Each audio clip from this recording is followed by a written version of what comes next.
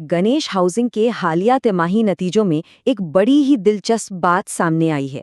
एक तरफ देखें तो रेवेन्यू में भारी गिरावट है, लेकिन दूसरी तरफ मुनाफा बढ़ गया है। तो असली कहानी है क्या? क्या ये कोई चिंता की बात है या फिर ये किसी सोची समझी रणनीति का हिस्सा है? चलिए इन नंबर्स की तह तक जाते हैं और समझते हैं। तो देखिए, पहली नज़र में जो नंबर किसी भी निवेशक को चौंका सकता है वो है रेवेन्यू में साल दर साल 30% की गिरावट। ये सुनने में तो एक बड़े रेड फ्लैग जैसा लगता है ना? लेकिन क्या पूरी कहानी सिर्फ इसी एक नंबर में छिपी है? लेकिन कहानी में ट्विस्ट यहीं पर आता है। जहां रेवेन्यू 30% नीचे गया, वहीं कंपनी का प्रॉफिट मार्जिन मतलब हर बिक्री पर होने वाला मुनाफा 10% बढ़ गया है। अब सवाल ये है कि ये कैसे हो सकता है?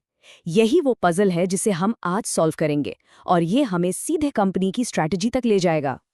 तो इस पजल को समझने के लिए हमें पहले गणेश हाउसिंग के प्लेइंग फील्ड को समझना होगा। मतलब कंपनी को समझने से पहले उसके शहर अहमदाबाद को समझना बहुत जरूरी है। सिर्फ ये एक नंबर अहमदाबाद की अहमियत बताने के लिए काफ़ी है, 42%। इसका मतलब है कि पूरे गुजरात में रियल एस्टेट में जितना भी पैसा लगता है उसका लगभग आधा हिस्सा अकेले अहमदाबाद खींच लेता है। तो ये सिर्फ एक बाजार नहीं, ये एक रियल एस्टेट का पावर हाउस है। और इस ग्रोथ के पीछे बहुत मजबूत कारण हैं। शहर में बड़े बड़े इंफ्रास्ट्रक्चर प्रोजेक्ट्स चल रहे हैं, लोग काम और बेहतर जिंदगी के लिए यहाँ आ रहे हैं, जिससे लगातार नई नौकरियां बन रही हैं। यही वजह है कि पूरे भारत से इन्वेस्टर्स यहाँ पैसा लगा रहे हैं।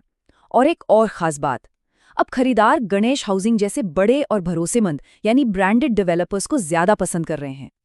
तो ठीक है, मार्केट तो बहुत मजबूत है। अब सवाल ये है कि इस मजबूत बाजार में गणेश हाउसिंग का फ्यूचर प्लान क्या है?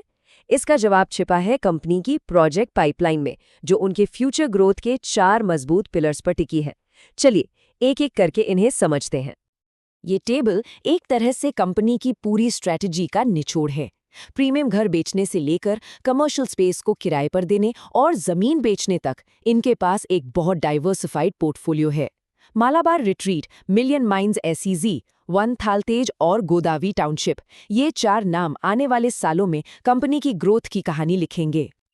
तो चलिए पहले पिलर से शुरू करते हैं, मालाबार रिट्रीट। ये एक प्रीमियम रेजिडेंशियल प्रोजेक्ट है।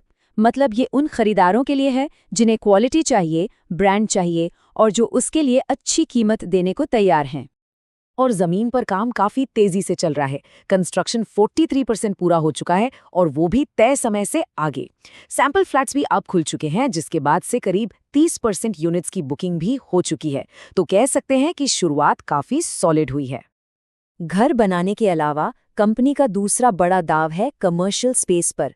इसका नाम है मिलियन माइंस एसईजेड। ये एक बहुत बड़ा प्रोजेक्ट है जिसका मकसद है बड़ी बड़ी कंपनियों को ऑफिस स्पेस लीज पर देना, मतलब किराए पर। इससे कंपनी को एक रेगुलर, लंबे समय तक चलने वाली इनकम मिलेगी। और यहाँ भी डिमांड जबरदस्त दिख रही है। 80% एरिया के लिए बातचीत एडवांस स्टेज पर है। उम्मीद है कि FY26 के अंत तक यहाँ से किराया आना शुरू हो जाएगा। और सबसे अच्छी बात यह है कि किराया भी जितना सोचा था उससे बेहतर मिल रहा है। तो जहां मिलियन माइंड से रेगुलर किराए की इनकम आएगी, वहीं तीसरा पिलर वन थालतेज एक बिल्कुल अलग स्ट्रैटेजी पर काम करता है। इसे लीज पर देने के बजाय सीधा बेचा जाएगा, जिससे कंपनी को एक बार में एक मुश्त बड़ा रेवेन्यू मिलेगा। और बड़ा मतलब कितना बड़ा? ये नंबर देखिए, 2100 करोड़ रुपए। सिर्फ इस एक प्रोजेक्ट से कंपनी को इतना रेवेन्यू मिलने की उम्मीद है। ये सच में एक गेम चेंजर हो सकता है। और अब आते हैं कंपनी के सबसे बड़े तुरुप केक के पर। चौथा पिलर, गोदावरी टाउनशिप। ये सिर्फ एक प्रोजेक्ट नहीं है, बल्कि 450 एकड़ का एक बहुत बड़ा लैंड बैंक है, जो कंपनी के लिए एक बेहद कीमती संपत्ति है। और इसका स्केल देखिए, जबरदस्त। इस विशाल लैंड बैंक से 5000 करोड़ रुपए से ज्यादा की सेल्स का पोटेंशियल है। ये आने वाले कई सालों तक कंपनी के लिए कैश फ्लो का एक बहुत बड़ा जरिया बनेगा। और याद है, हमने शुरू में एक पजल की बात की थी, उसका जवाब यही प्रोजेक्ट है। इस तिमाही का ज्यादातर रेवेन्यू इसी टाउनशिप में जमीन बेचने से आया है। और क्योंकि कंपनी ने सही समय का इंतजार किया, उन्हें जमीन की कीमत अनुमान से 20 से 30% ज्यादा मिली है। तो अब सारे डॉट्स को कनेक्ट करते हैं। हमने प्रोजेक्ट्स देख लिए, अब समझते हैं कि इन सब का उस शुरुआती पजल से क्या कनेक्शन है, कि रेवेन्यू कम क्यों हुआ और मुनाफा ज्यादा क्यों हुआ।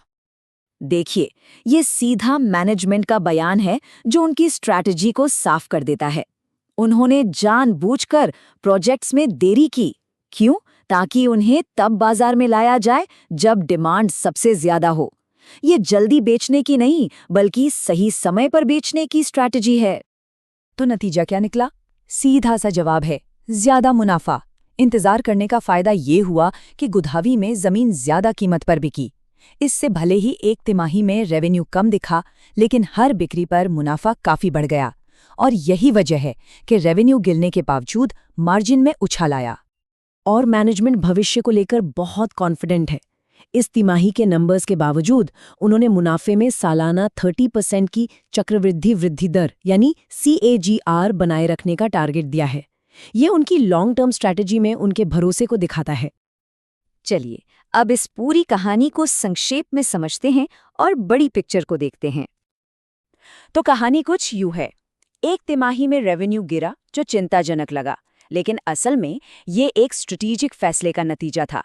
कंपनी ने सही मौके का इंतजार किया ताकि अपनी प्रॉपर्टी से ज्यादा वैल्यू निकाल सके, जैसा कि गोदावरी की जमीन बिक्री में हुआ। और भविष्य के लिए उनके पास एक बहुत मजबूत प्रोजेक्ट पाइपलाइन है जो लॉन्ग टर्म मुनाफे को सबसे ऊपर रखती है। तो आखिर में सवाल यही उठता है, क्या हमें एक तिमाही के आंकड़ों पर फोकस करना चाहिए या उस बड़ी तस्वीर पर जिसमें एक अनुशासित स्ट्रैटेजी और 7,000 करोड़ से ज्यादा की डेवलपमेंट पाइपलाइन शामिल है? शायद गणेश हाउसिंग के मामले में असली कहानी पिछले 3 महीनों की नहीं, बल्कि आने वाले 10 सालों की है।